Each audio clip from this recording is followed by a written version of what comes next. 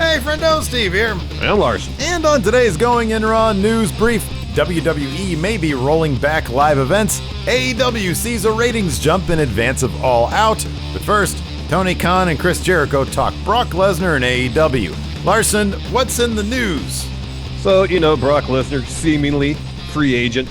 And there's been some talk about, what would happen if Brock went to AEW? Yeah.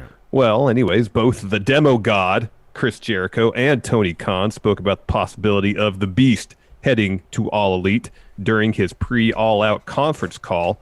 Tony Khan stated that he couldn't comment on whether there was any interest or he had spoken to Brock Lesnar, but he did say this, and the transcripts are courtesy of Wrestle Talk. Quote, "I've enjoyed Brock's work for many years. He's a great fighter and a great wrestler.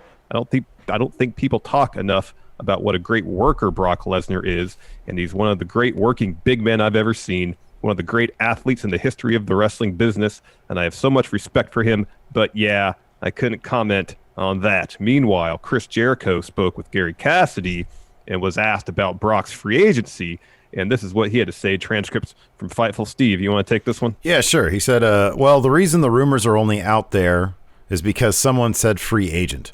I don't think he's a free agent at all. I think it would take so much money to pry him away from Vince McMahon on Brock's end, and then for Vince to approve that. Vince has $2 billion in the bank. What are you going to spend on Brock Lesnar that Vince isn't going to match? Vince and Brock have a strange love affair to begin with. Would Brock fit in AEW? Would Brock pay back his salary so that you would pay him? Who's to say? But I think UFC and AEW is just another one of those dances Brock likes to have where Brock's contract expires. Vince lets it expire, and then they kind of stay away from each other for a few months until the next Saudi Arabia show or the next show that has people in it or WrestleMania. I don't think Brock is a free agent in that sense of the word. I just think he's currently not under contract right now. With the amount of money it would take him away from the world of WWE, it would be astronomical. Vince would never allow it, and I don't know if you can make that investment back or if it's worth it for AEW at this point in time or UFC or any other company that isn't WWE at this time. Even without Brock, AEW is doing just fine. Ratings for this week's show were... that's us. Okay, I'm sorry. It was still there's quotation marks there. It was still in the italicized. He said, fix that. You say, even without Brock, AEW is doing just fine. Ratings for this week show were 928,000, eighth in the demo, and viewership about 115,000 more than last week. Yeah, 0.36 in the 1849 demo. That's really good. That's really good. So that's what did Raw do this past week in the demo? More than that. Yeah. I think. So I think that Jericho's totally right. Like having Brock won't even make sense in AEW. The kind of product they put out, it just wouldn't make any sense. Who would he match up against that's realistically a Brock Lesnar? Wardlow. Yeah, you have to build him up a little bit more for that.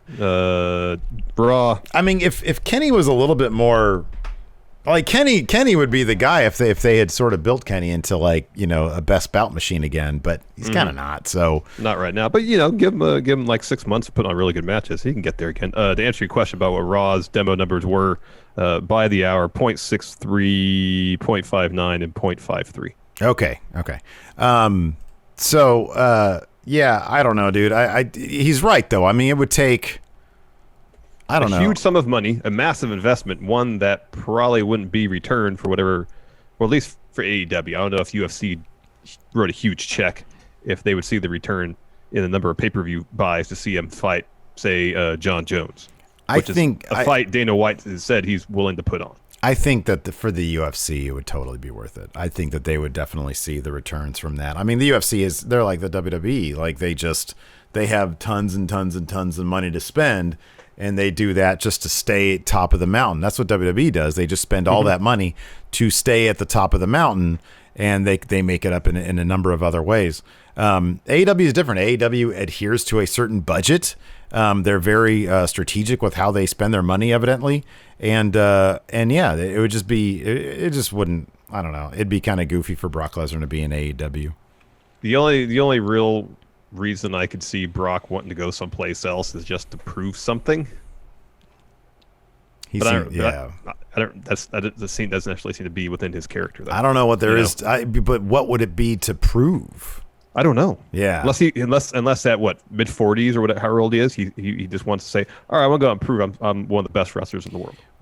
So along those lines, I'll just sort of try to provide sort of another line of thought to that.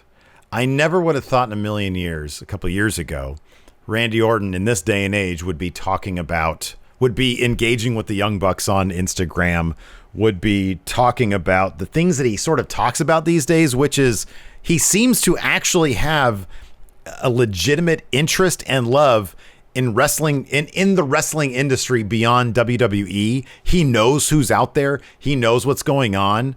That to me has always been interesting. The fact that him and Edge did put on, the fact that Randy Orton is out there saying, I need to figure out what I need to do to remain relevant. And, when he comments on things like, I think he helped push Talkin' Shop Mania, he's aware of the outside world. That to me, given also the fact that Brock puts on better matches with like the indie darlings, like Daniel Bryan, smaller wrestlers, the smaller guys. If Brock Lesnar, it would surprise me, but I guess it wouldn't shock me if Brock Lesnar all of a sudden was like, hey, you know what? Wrestling's fun. They're going to give me something comparable to what I made in WWE a couple of years ago, and I'm just going to say no to Vince right now. I guess it wouldn't shock me. It would surprise me, but it wouldn't shock me. It would be pretty shocking, just based on what we know about.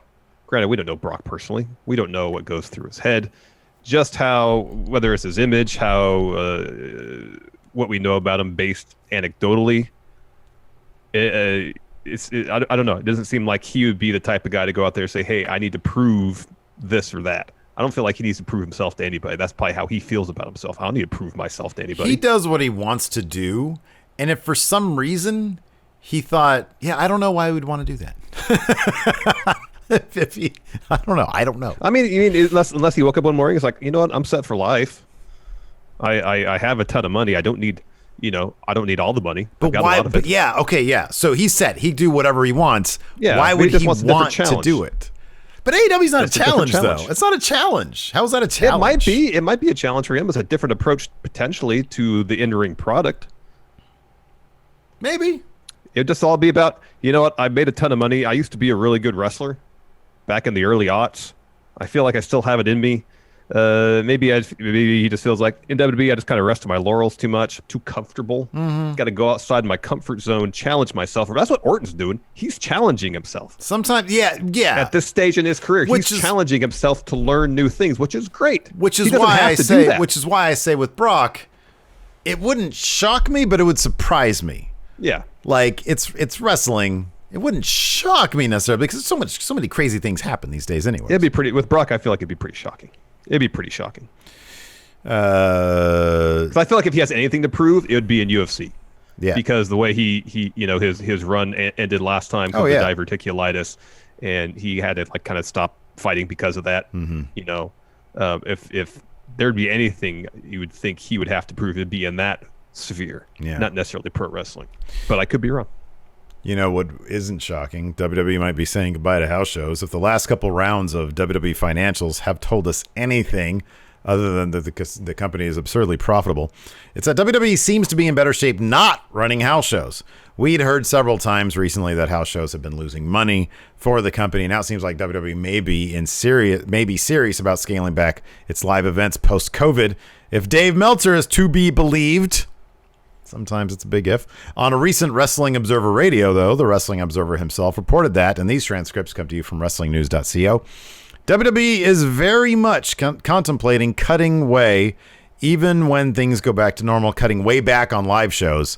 I don't know if they will eliminate them completely. They could just go to like the live network specials for Madison Square Garden, like really make something out of the idea of doing live shows, or maybe they would just do like one additional live show a week on top of the TV. Maybe that's the case.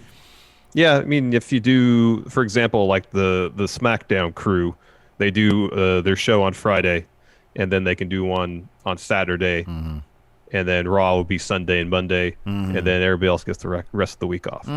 Yeah, that way you get shows each day of the weekend.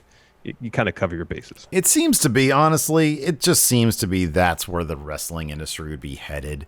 I mean, I don't know. Maybe they would add, if wrestling all of a sudden got Attitude Era hot again, if the demand was up, I could see them like, adding more shows. I don't know if they're ever going to go back to the way it was before when it was like, I mean, wrestlers, they go to AEW now and they're like, man, this is cool. I only have to work like 1 day a week. I think that's probably going to be like, I don't know, the start of the new way, It's like that's another enticing thing for wrestlers. It's like you get paid pretty good and you're not killing yourself on the WWE schedule. And that's the thing, it's when you're wrestling 3-4 days a week, you're putting your body through so much. I think the level of in-ring competition would even get better knowing that they don't have to wrestle so much. Absolutely, yeah. I mean, look at New Japan. They got singles matches once in a while. Most of the time, those guys are in like freaking 8-man tag matches. Thanks everybody for tuning in. We appreciate it. Until next time, we'll talk to you later. Goodbye.